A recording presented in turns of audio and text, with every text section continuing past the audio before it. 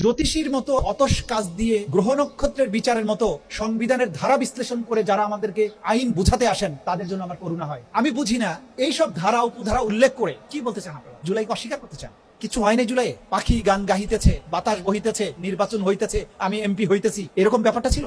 আপনি কোথায় ছিলেন? আচ্ছা, যদি সংবিধানের কথা বলেন, সংবিধানের আর্টিকেল 7 এর কথা ভুলে গেছেন? একটা নির্বাচিত সরকার তার আপনার ভাষায়, কনস্টিটিউশনের ভাষায় যদি উৎখাত করে মিছিল করে 5ই আগস্টে সবাই তখন রাষ্ট্রদ্রোহী। নির্বাচিত সরকারকে উত্থানের দায়ে প্রত্যেক জুলাই বিপ্লবী ছাত্র জনতা সবাই, বাংলাদেশের যত কোটি মানুষ আছে আওয়ামী লীগ ছাড়া, প্রত্যেকেই তখন রাষ্ট্রদ্রোহী, প্রত্যেকের ফাঁসি হবে। আর এই আন্দোলনের মাধ্যমে নির্বাচিত সরকার হটিয়ে নতুন নির্বাচন করে যারা ক্ষমতায় গিয়েছে, যারা বিরোধী দল হয়েছে, যারা ভোট দিয়েছে, প্রত্যেকেই রাষ্ট্রদ্রোহিত হওয়ার কথা। কিসের ব্যাখ্যা দেন আমাদেরকে? আবার বলেন রোমান্টিসিজম। আপনারা কোথাকার কোন কুতুব হয়ে গেছেন আমি তো বুঝি না। যে তরুণেরা রক্ত দিয়ে মুক্তি দিল তাদের বিপ্লবকে বলছেন রোমান্টিসিজম, তাদেরকে বলছেন আবেগ। আবেগ না থাকলে রাজপথে গুলির সামনে আবু সাইদরা বুক পেতে দেয়? সংবিধানের ধারা মুখস্থ করার জন্য সে গুলির সামনে বুক পেতে দিয়েছিল? লজ্জা, জাতির জন্য লজ্জা। এক অভূতপূর্ব। এই দ্রাবিড় বাংলা, এই বাংলার পেছনের ইতিহাস জানতে হবে। পাল বংশ, সেন বংশ, গুপ্ত বংশ, মৌর্য বংশ, এরপরে বাংলায় মুসলিমদের আগমন, সুবে বাংলা, কিভাবে ধাপে ধাপে বাংলা এই পর্যায়ে এসেছে। আপনি শুধু শুধু একটা যুদ্ধের কথা বলছেন, কেন 47-এর কথা বলছেন না? কেন সিপাহী বিদ্রোহের কথা বলছেন না?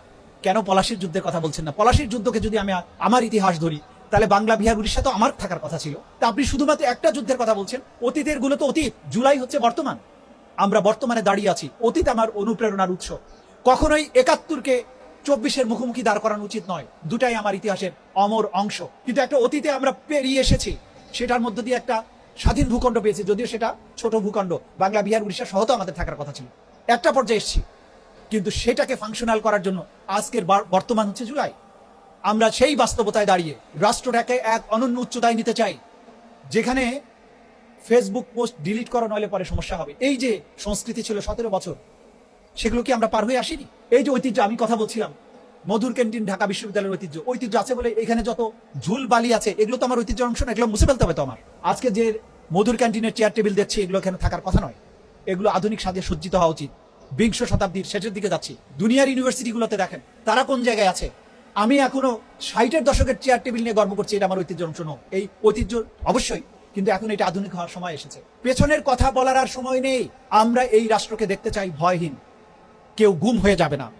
আপনি গুমের আইনটা বাতিল করে দিলেন, তার মানে কি ভবিষ্যতে গুম করা বৈধ? বলছেন আপনারা নতুন করে আইন করবেন, ওই করছেন না তো।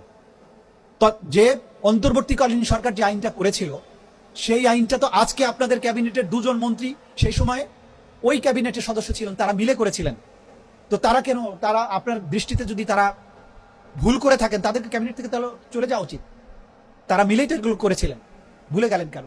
আপনারা জুলাই অভ্যুত্থানে যে রক্তদান হয়েছিল, যে চেতনার কারণে যে অন্তর্বর্তীকালীন সরকার গঠিত হয়েছিল, কি কথা ছিল? 3টা মেজর কাজ করবে। একটা হচ্ছে রাষ্ট্রের প্রয়োজনীয় সংস্কার, আরেকটা ছিল যারা এই 17 বছরের গুম খুন করেছে এবং জুলাই মাসে মানুষ হত্যা করেছে, গণহত্যাকারী, তাদের বিচার। তৃতীয় ছিল একটা সঠিক এবং সুষ্ঠু নির্বাচন। তৃতীয়টা করেছে, বাকি 2টা কিন্তু করতে দেননি আপনারা, বা করা হয়নি। এই প্রতিশ্রুতি যদি ভুলে যাই আমরা, তাহলে বাংলাদেশে এইরকম গুম খুনের সংস্কৃতি আবারও ফিরে আসতে পারে। আমরা যে কোনো মূল্যে এই সংস্কৃতি আর ফিরে আসতে দেয়াটা অ্যাফোর্ড করতে পারবো না। আমরা বারবার বলছি যে বাংলাদেশে আর গুম খুনের সংস্কৃতি ফেরত আসতে দেয়া যাবে না। বাংলাদেশে মত প্রকাশের স্বাধীনতা আর বাধাগ্রস্ত করার দিন, সংস্কৃতি, রাজনীতি ফিরে আসতে পারবে না। ডিজিটাল নিপীড়ন ফিরে আসতে পারবে না। এই দেশে ভিন্ন মত প্রকাশের জন্য একে অপরকে ট্যাগ দেয়া, হত্যা করা, হত্যাযোগ্য করে তোলা, এই সংস্কৃতি আর ফিরে আসতে পারবে না। এবং সেটা যদি করতে হয়, তাহলে পুরোপুরি জুলাইয়ের স্পিরিটকে ধারণ করতে হবে। কিন্তু আমরা দেখতে পাচ্ছি যে জুলাইয়ের কথা বলতে গেলেই এইটাকে ম্লান করে দেওয়ার জন্য নানান রকমের চেষ্টা করা হয়। কেউ বলে জুলাইয়ের আবেগ, কখনো বলে জুলাইয়ের ব্যবসা, কখনো বলে এই জুলাই অপ্রাসঙ্গিক। ওয়াই? জুলাই না থাকলে আপনারা যারা কথা বলছেন, তারা কি কথা বলতে পারতেন? এটার অর্থ কি এইরকম যে এই জুলাই যেহেতু তরুণদের নেতৃত্বে হয়েছিল, সুতরাং আমরা তাদের অবদানকে স্বীকার করি না? এটা তো হওয়া উচিত নয়। সম্মিলিতভাবে এই জাতি যে রক্তক্ষয়ী প্রচেষ্টার মধ্য দিয়ে আজকের এই পর্যায়ে এসেছে, এই তরুণদের আত্মদানকে যদি স্বীকার করা না হয়, মর্যাদা দেয়া না হয়, তাদের স্বপ্নকে বাস্তবায়ন না করা হয়, তাহলে ভবিষ্যতে এই জাতিকে রক্ষা করার জন্য কিন্তু কেউ আর বুক চিতিয়ে দাঁড়াবে না, এটা মনে রাখতে হবে। বীরদের সম্মান দিতে না পারলে বাংলাদেশে আর কোনো বীরের জন্ম হবে না। প্রতিদিন কিন্তু রাস্তায় রক্ত দেওয়া যায় না। বিপুল প্রত্যাশা ছিল এই নির্বাচিত সরকারের উপরে, কিন্তু ক্রমান্বয়ে কিন্তু সেই প্রত্যাশাগুলো ফিকে হয়ে আসছে।